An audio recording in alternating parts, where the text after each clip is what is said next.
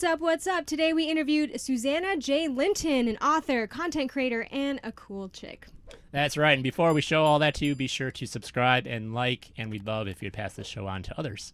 So, Susanna is from South Carolina, and she's a very involved lady with her church, a lot of outreach ministries. She's been an author since early on. She knew she wanted to do this. Pretty awesome. It can help us. We're a couple novices. She's married to a man who's serving in the National Guard. Go him, huh? As far as her writing content, it is kind of fantasy, mystical. Ooh, it's deep. It's awesome. Stay tuned for this. How about a little bit about her faith real quick before we get into it? Yeah, her faith was a gift, really. It's a beautiful journey of how God reached out to her, and through her longing and desire for something, a better life, a happier life, God reached out to her, and particularly through the gift of a relationship with the Blessed Mother Mary. I know sometimes people are confused, like, how does Mary play a role in our faith, or should she at all? Susanna grew up Baptist, Southern Baptist, and so the idea of having a relationship with Mary was very unknown to her. It was through a journey of Mary reaching out to her through beauty, through motherly tenderness, that she eventually learned about the true teachings about Mary and how to live our faith with that relationship. Yeah, I believe it was a bust, you said? Right. So she Early said, on? yeah, Susanna's father gave her a bust, a statue of Mary, and she didn't know anything about Mary, but was attracted to the beauty of the statue, and that's really what drew her in. And then eventually a rosary. She didn't really know much about the rosary either, but the beauty of the rosary also attracted her. Yeah, and at that point she's like, okay, what's going on, right? And then she started looking. I think Catholic Answers was where she did a lot of her homework to try to figure out the lies and truths. There's so many non-truths out there about Mary, and I come from the same background, kind of like, I didn't know, like, what is this garbage, right? What is this? But to actually find out, what are they really teaching? Oh, they're not worshiping Mary like they God, like it's, no, we're honoring Mary. Just like my grandma's in heaven, I might think about her, but the idea is she just kind of did her homework on it and has a relationship now in that regard. Before we dive into her life as an author, we wanted to ask her a question that we like to ask a lot of people. What is the obstacle of faith for the modern era? And she had a really interesting answer. Yeah, she's talked about arrogance. What a powerful word, huh? So let's join her in that conversation. Being really religious is kind of like in the past. We used to be that way, but we're modern now. We don't need that anymore. We don't need to be, mystical or in touch with things, and which is, in my book series, Clara is like the only one who's really religious, and everybody else is standing around going, "Oh well, I'm not religious. I don't really feel the need to be." And here she is having all these mystical experiences. She can see the future and all sorts of stuff, and they're just content with just being kind of like how they are. And that's sort of what you see today. There are people who are having experiences, or having these joyful relationships with God, and the rest of the culture is just passing them by and just be like, "Oh, they're weird. They're quaint." Um, but how to evangelize them? At this point, gosh, my cynicism wants to come out. Um, I Be real. Yeah, at this point, I think prayer mostly. Like the foundation has to be prayer. I mean, Saint Dominic, before he even started fighting heresy, he established his nuns. Then he went after, what he really felt called to do. And I think same sort of thing here. Where you start with prayer, and then you educate yourself, and then you start living your life to the best, that you feel God is calling you to. Be the person that God has called you to be. St. Catherine of Siena says that if you're that, then you'll set the world on fire. And then just, it's not on us. The burden is not really on us to save or convert. Um, it's just, we just have to live and respond to grace and the Holy Spirit's prompting. And in the wash will affect people. But things are the way they are right now. I really think it would have to take like a major catastrophe to wake some people up. And that's really sad, but I guess it's always been that way. Yeah, I kind of agree with you in a sense. And I mean, that's what, Israel, that's the whole Old Testament story, right? Like, the little promptings of grace just weren't enough for some reason. And I don't know that humanity and human nature has changed all that much. Yeah. Right. Yeah, So, I my CCD students, we're kind of in the middle of the story of Israel, and not this year, but last year I was explaining about the cycle. You know, they'll be okay, and then they'll fall, and God has to shake them, and then they come back, and but then it happens all over again. And then one of my students said, "Well, that's stupid. They're stupid," and I said, "Well, sin makes you stupid, honey. I mean, it's true. It really does. That's a great response. Sin makes you stupid. Right, right. Yeah, sometimes people have to hit like the depths, right? They have to reach rock bottom, as they say, and then that'll wake them up. But yeah, interesting how that works. So, okay, so we're gonna move into talking about your writing career. So, yeah, how did you get started? When did you know you want to be a writer? What got this all going for you? well, when I was in high school, I lived a year with my grandmother. I just wanted away from the house and I wanted a better life. And I just thought that living with my grandmother would provide that. So it was my freshman year of high school and they had a big library. And so I was walking around, I saw a book with dragons on it. And I was like, ooh, okay. Uh, and it was Anne McCaffrey's Dragon Riders of Pern series. And I read the first book, Dragonflight, and it was immersive and really wonderful. And I read it, and I thought, I want to be a writer. I want to tell stories like this. And so that's kind of what started it. I wrote mainly poetry at first, and then I started writing more fiction. And so that's kind of, yeah, is my origin story. That's awesome. So, just as with faith, like faith is shared by the witness of others. Same with like other artistic expressions too. Like people want to go into media because they saw that newscaster. People want to be an artist because they were influenced and so inspired by the work of someone else. And like you as well, like this other person's ability to express and communicate such a beautiful story is what influenced you. So I think that's a beautiful testimony of like the importance of sharing our passions and our expressions as well. Yeah, that's cool. So that's like so many people are like, I don't know what I want to do, and that's awesome that you knew so early. Were there any other careers that sometimes would come in your mind, like, oh, maybe I should consider this, or any other creative endeavors, maybe? Um, well, I mean, there was tech writing, which is really what I went to school for. I think I wanted to be an interior designer for like a hot minute. Um, Astronomy. I was interested in astronomy when I was much younger. Um, I wanted to be an astronomer briefly, but that involves math. And I don't math, so A um, lot of yeah. math. Right, right. Okay.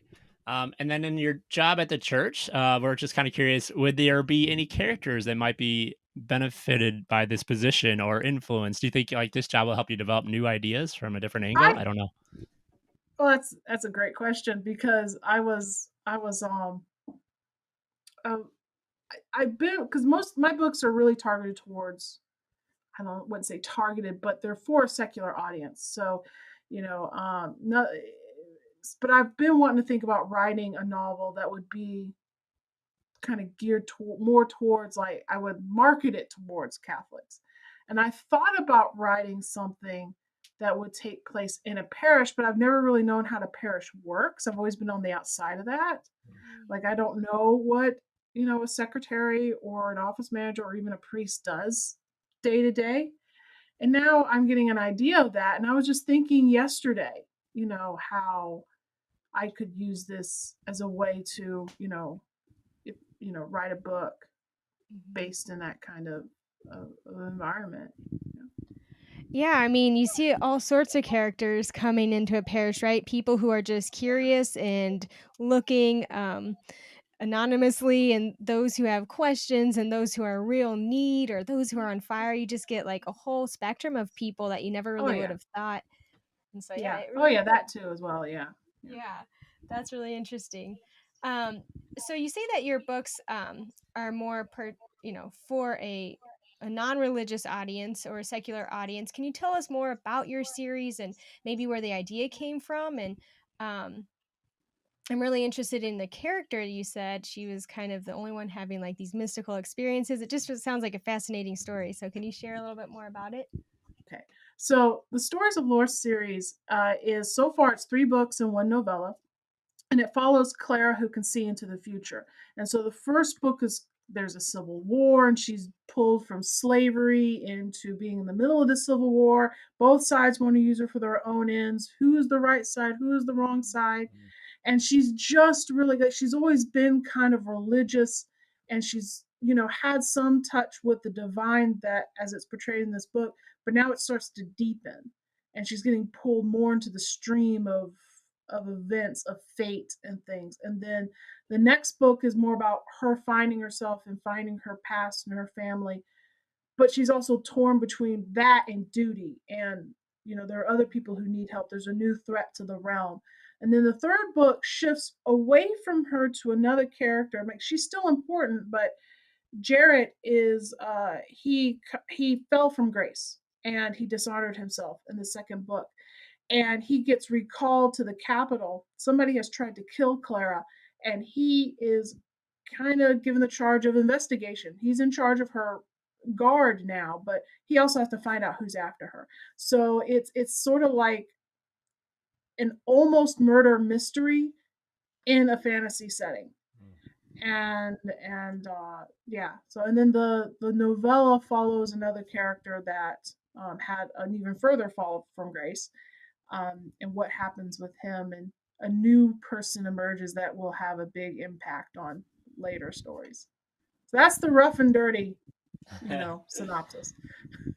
I love it. I mean, that's just so okay. I'm just like so amazed. Like, I don't really have like the creative mind. So I'm like, how does someone come up with something like that? Just for you, do you like have to like map out these stories, or do you just have like a spark of inspiration? Like, what is the process of creating a world like that for you? Well, Clara, and I have the first book right here. Clara started actually, again, going back to that freshman year of high school. I started writing a novel then, and it was all about a girl who didn't have a voice. And Clara does lose her voice in this book. Um, and then I wrote the novel, and it kind of over the years I went back and rewrote it and messed with it. And then I came back to it and thought, I'm going to really get this thing for publication. So I sat down and really fixed it. And it was just supposed to be the one book, and she was going to die at the end, and she didn't want to be dead. Like, I can't explain. You just write the ending. You're just like, that doesn't feel right. It's like wearing a ill-fitting shirt. You're just like, that's not how that's supposed to be. That's not right. And so way it ended up being was an open-ended question. So everything that has happened after is just answering a series of questions. Well, what about this? What about that? How did this happen? Why did this happen? Who's behind this?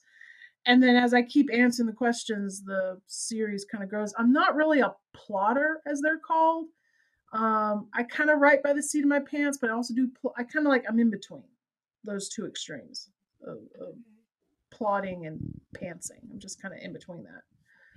So yeah, I just find that so fascinating that I'm glad there are people in the world who have that gift and I don't, and I'm just like, wow, thank you God that there are people who can like create and just imagine and explore new worlds, if you will. That's just such a gift. So yeah, Yeah. really neat. I would just say for listeners, just definitely check out at least her blog. I was just like pulled in, and I like all that kind of fantasy, right? You got castles and like wars and just like, yeah, gifts, like you said, with your character, and just like it's fascinating. We're both of us actually started a book this year, our own book. We're total Oh, novice okay. writers, and I'm just like, we were reading your stuff. I'm like, this lady's pro. It's great. Thank you. Yeah, your Oh my gosh. descriptions were just like hooked. We're like, okay, that's the next Yeah. series we have to Oh my read for the gosh. winter. It looks just like great. I don't know if this is probably a bad comparison, but for those who have not like looked at your stuff yet, like I thought of kind of like Lord of the Rings sort of esque, just kind of going into that fantasy, if that helps for anybody, but it's probably not exactly what you're going for. My editor actually, because I'm getting ready to get the new next cover for the next book, And my cover artist was like, "Oh, well, what books would you compare? Like, what covers and whatnot?" I think it was for that. And I went to my editor and I said, "I have no idea. I hate it when people ask me this question, because I can't compare myself to anybody because it's just so different sometimes." Right. And she said, "Well, the human side of Lord of the Rings is what your writing reminds me of." And I just lived off of that compliment for like a week. Um, but people have also compared. Some people like to bring up Game of Thrones, but I think that's only because of the scope of the world. Mm-hmm. To me, that's where the comparison ends because you don't have all that grossness and Mm-hmm. nudity happening. Yes. Um, Which, thank you, by the way. yeah, you're welcome. I can't watch it, so why would I write it? Um, Right. really. And gosh, somebody else. I've had people compare to Brandon Sanderson, who I've actually never read. One person compared me to Philippa McKillip, I think her name is, or Phyllis McKillip, or something like that. Yeah. So I'm a big fan of Robin McKinley, and I, sometimes try to write descriptions like she does, but I don't know if I ever pull it off. So. Cool. Yeah, and just I think you just slightly touched on just like the cover art and such. How does that process like happen? I saw the trailer for I think it was your fourth book, and the previous books. Like I thought the covers were awesome, but just the artwork that goes behind that, is that like a collaboration between you and who does it, or maybe you did it? I don't really know how that works. Oh no, if you dig back into the archives of the internet, I'm sure you would find the original cover for Clara and Willows of Fate, which is a separate book entirely. It's its own book. Um, I tried to do my own covers in Photoshop because my husband had just shown me how to use it, and they were awful. And a friend of mine, Kate Tilton, who runs her own services with assisting authors, she's like, "Honey, you need to get a cover artist." And I said, "Okay." So I shopped around and I found Fiona Jade Media, and Fiona is great. And so what she does is she asks you, "Okay, what's your book about? What's the genre? What are you thinking?" And she also asks for, like, things that covers that you like that kind of fit the vibe of the book, and any ideas that you might have. And then what she'll do is she'll pick out the elements and tell you to pick which one you like the best.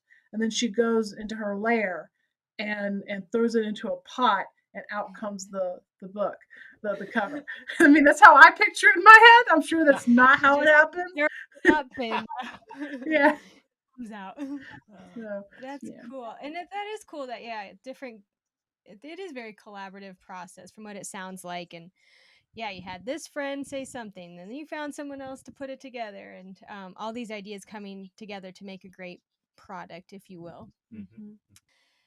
Is there anything, I'm curious, is there anything that you want to try in the future with your writing that might be a little bit different? You did mention maybe doing something for a Catholic artist or audience, but are there any new horizons for you, or different things you would like to experiment with in your writing?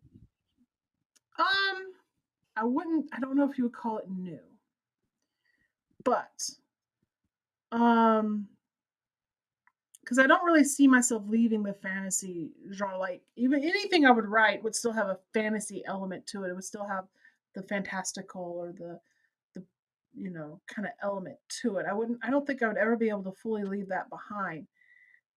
So within the realm of fantasy, the sequel trilogy of Star Wars really got me angry, because they had all these beautiful elements to the story, and then they just trashed it.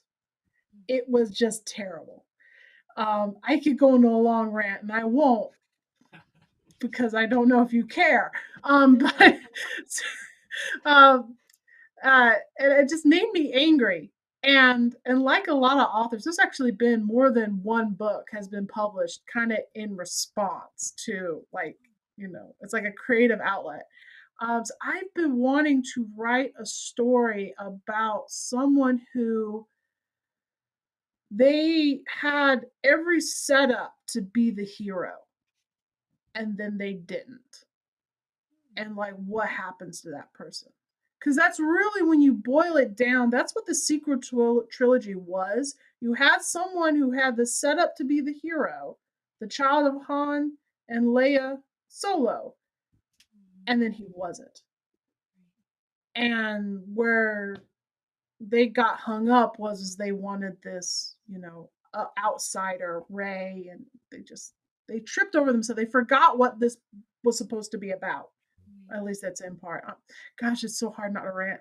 But so that's That's kind of okay. what that idea has been brewing in the back of my head for a while now, and I don't know what's going to come out. Something will. Yeah, Um, I guess I never picked up on that. That is really true, though. Yeah, they did just kind of skip over that really big character or that opportunity for character development. Well, I guess we see the end of like where he developed too, but the process in between, yeah, we don't really like see they that. tried to fill it in Last Jedi with the whole flashback thing. They tried to do the Rashomon effect, which is the apparently, I've never seen it, but it's a samurai film where it's about a fight in a field and it's told from different perspectives. And so, what's the truth? They tried to do that in the Last Jedi. I don't think they really pulled it off, but I mean, what do I know? I'm not a cinephile. But he they tried to, but it didn't really hit home because it doesn't like explain, like, why didn't he just go back to his parents? Why did he keep falling? And they what they did was that through comics, right, and ancillary material, they tried to answer the question. But I mean, your average moviegoer isn't going to go and buy the comics and read them. So if they're just watching the movie, they don't see it. And I don't know where I'm going with that. Um, so yeah, they kind of skipped it over. They made Ray, who was a good character, sort of, kind of. Sort of. She was an I she was a good idea. I'll debate about the execution. And they just kind of, it was like they were almost trying to make two different movies at the same time, and they didn't have a plan before they went in, and so that's why each film feels like a separate film, and why Rise of Skywalker feels like the direct sequel to Force Awakens, because they're by the same director, and so they kind of are, and he just kind of forgets about a lot of what happened in Last Jedi. So it's a Interesting. whole Very thing. intriguing. Oh my Though, gosh. thank you for your review. The sequels. I wouldn't have picked up on those things because you're right. Like, I'm not. Yeah, some I just kind of watch them when I watch them, and but I do like the story, overall. But yeah, I wouldn't have picked up on that. Mm. Yeah. Okay. So going off that, if this is taking a different direction, but speaking of movies, if someone were to say, "Hey, Susanna, we want you to write a movie," or someone hands you maybe a rough script and they want you to develop it, again, because I'm not like a real author, I don't know if the process is completely different to like write something like on a different media, right? Would that make you scared, or would that be a fun opportunity? Or I don't even know if you're like, no way, I wouldn't touch that. I, you know, I'm, you know, I'll try anything once. Um, uh, but I, I thought about it. I dipped my toe into script writing, and it is a whole other animal. Whereas if I'm writing a novel, so I'm sitting down, let's say I'm writing a scene in House of the Seer, which is the next book that's coming out, then I have to describe everything, and I have to say what people are doing and whatnot. And like, it's a whole complete piece right there on the paper. But if I were to write a script of that same scene, it would mostly be the dialogue, and I might have like little notes saying how they're saying it. But for the most part, what I've written and what actually comes out, in the finished product might be two different things, because some actors like to do a scene three or four different ways, especially if there's supposed to be ambiguity in the movie. So, what you write as a scriptwriter may not be what's always translated up on the screen.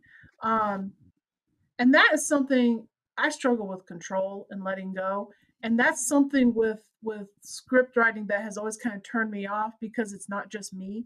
Like, yes, I collaborate with a lot of people. I have an editor and a proofreader, and I have beta readers, and there's a cover artist, and there's a whole cast of people who help me put out a book.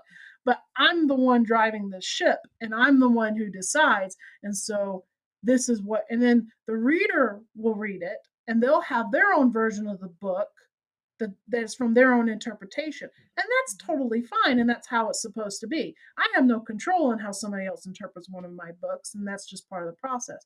If I were to make a movie or write a script, I have to release that script to the director, who then interprets it in his own way, who releases the script to the actors, who interprets it in their own way. And then there's the cinematographer who's doing his own thing.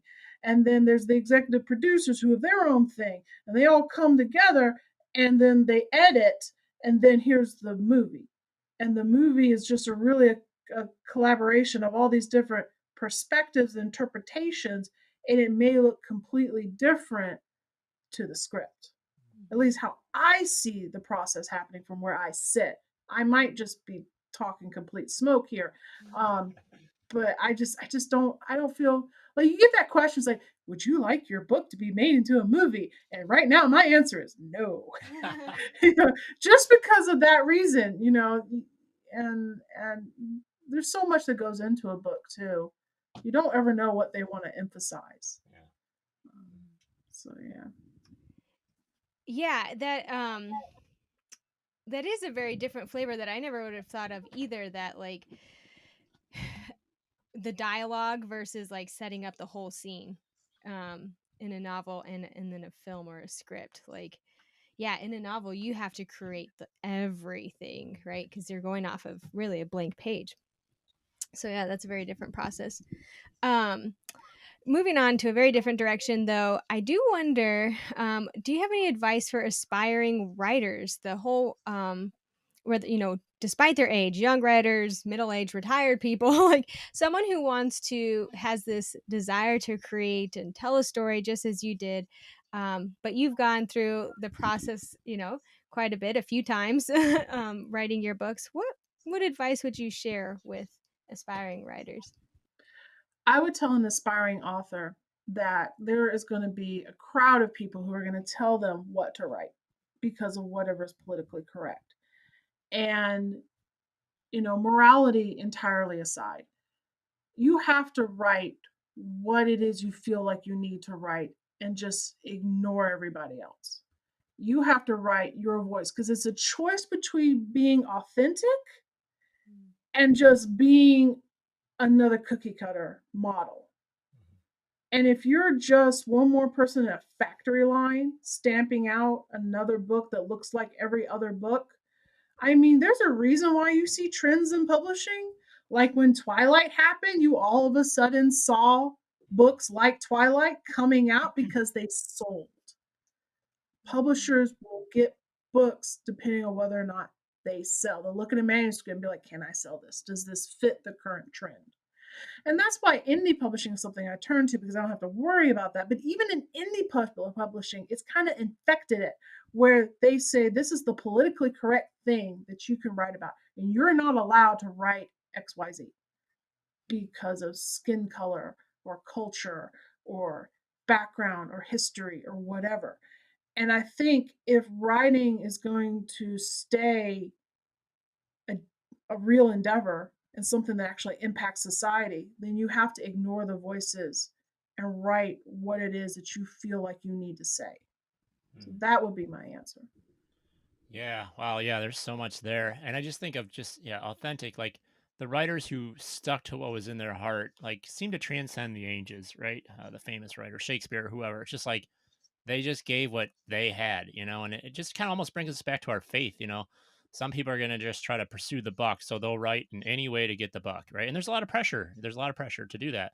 But to be yourself, like, it's like, from us, from a religious perspective, we take it back like, well, what was I created to be? Who am I? Whose am I? Am I God's, child? Okay, now what do I do with that, right? And like, how do I use what's in me to create something that's from my heart, whether the media is going to like it or not? And it's true. maybe it's not going to work in our times, but at least you could say to the Lord, when you get to heaven, I stuck to who I am and who you called me to write, about. Maybe I had to have another job on the side because I couldn't make any money with that. But, but it's just like, yeah, who do you want to be? Authentic, or do you want to kind of fake it to make it? Yeah, that's great stuff. And that could probably go into any type of, any artist, musician, etc. Right. And we actually, one reason why we wanted to do interviews in the first place is because we were pursuing this question of like, how do you pursue your passion and your gifts and express that and share that with the world as we're called to, and also make a living when, you know just as the prophets, right? A lot of the world doesn't want to hear the religious experience, even if it's through beauty and through the art.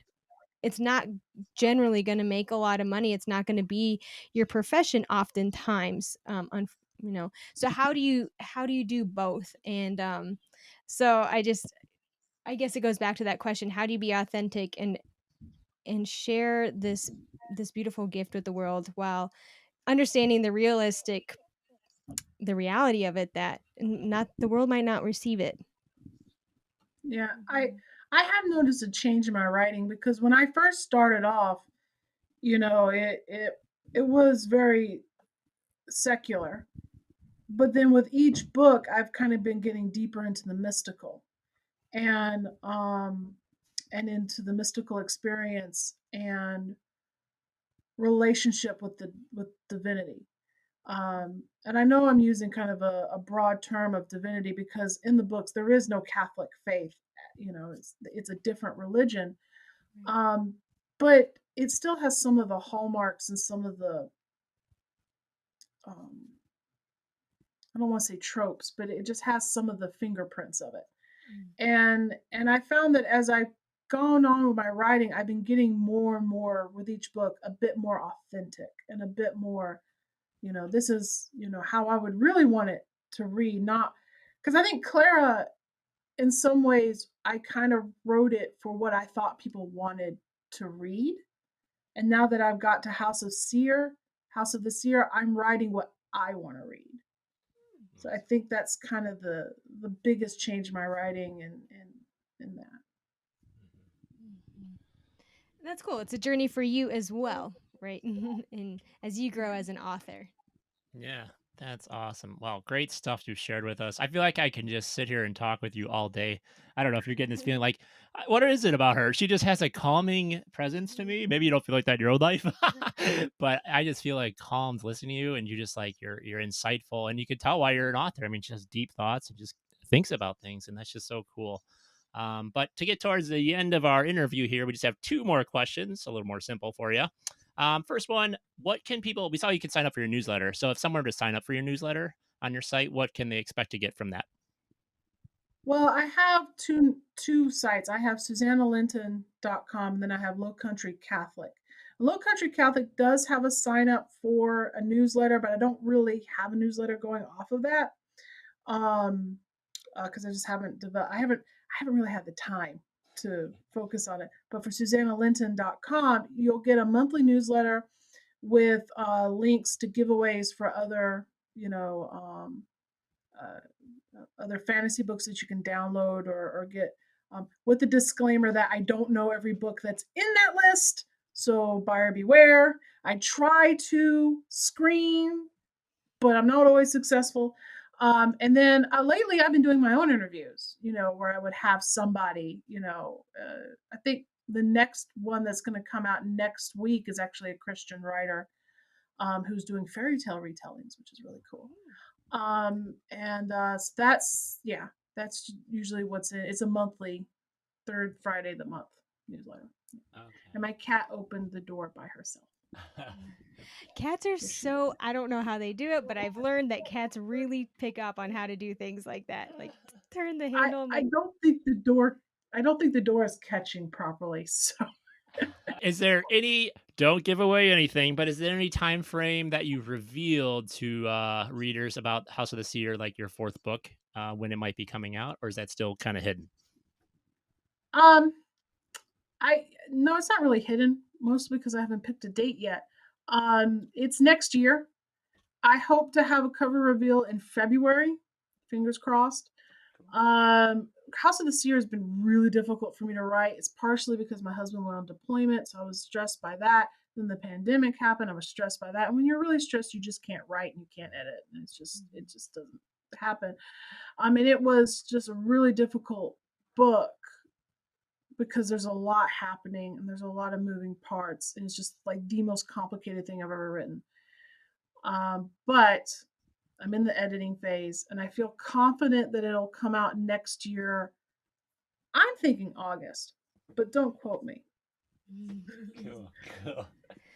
Yeah, well, we'll look forward to that and the cover reveal too. Gosh, that's going to be fun as well. And we want people to find you and follow you and support you in all your efforts. So, how can they best do that?